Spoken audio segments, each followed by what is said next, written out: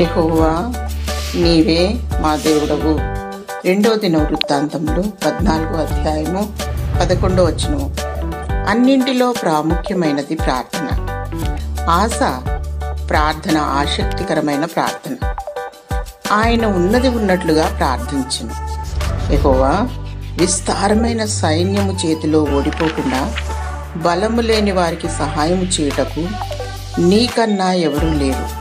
మా దేవా యెహోవా, మాకు సహాయము చేయము, నిన్నే నమ్ముకొని ఉన్నాము అనున్నది ఆసా ప్రార్థన యొక్క సారాంశం. రాజగు హిజ్కియా గురించి అందరికీ తెలుసు.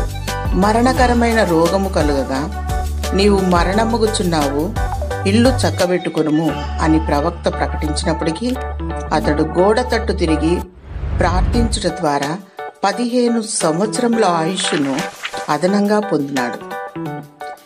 అదేవిధంగా ఆపత్కాలములో మనము దేవునికి ప్రార్థించుట అవసరం.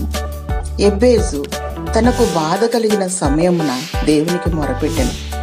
నీవు నన్ను నిశ్చయముగా ఆశీర్వదించి నా సరిహద్దును విశాలపరచి నీ చెయ్యి నాకు తోడుగా ఉండ దయచేసి నాకు కీడు రాకుండా దాని నుండి నన్ను తప్పించుము.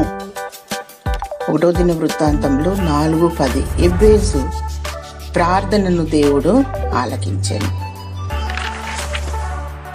ప్రియులారా, ఈ ఉదయకాల సమయమున ఆసా వలె, హిజ్కియా వలె, ఎబ్బేజు వలె మన జీవితంలో ఎటువంటి పరిస్థితి అయినా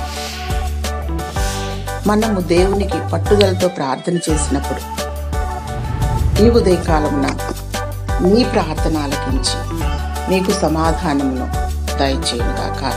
ఆమేన్.